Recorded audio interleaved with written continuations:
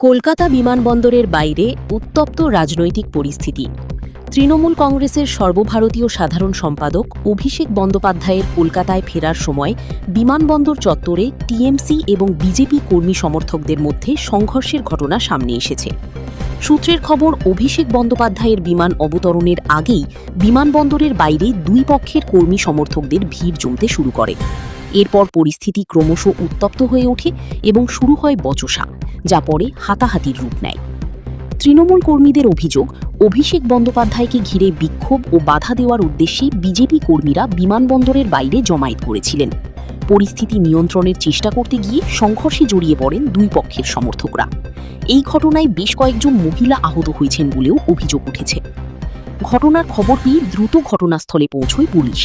নিরাপত্তা বাহিনীর হস্তক্ষেপে পরিস্থিতি নিয়ন্ত্রণে আনা হয় এবং বড় ধরনের অশান্তি এড়ানো সম্ভব হয়।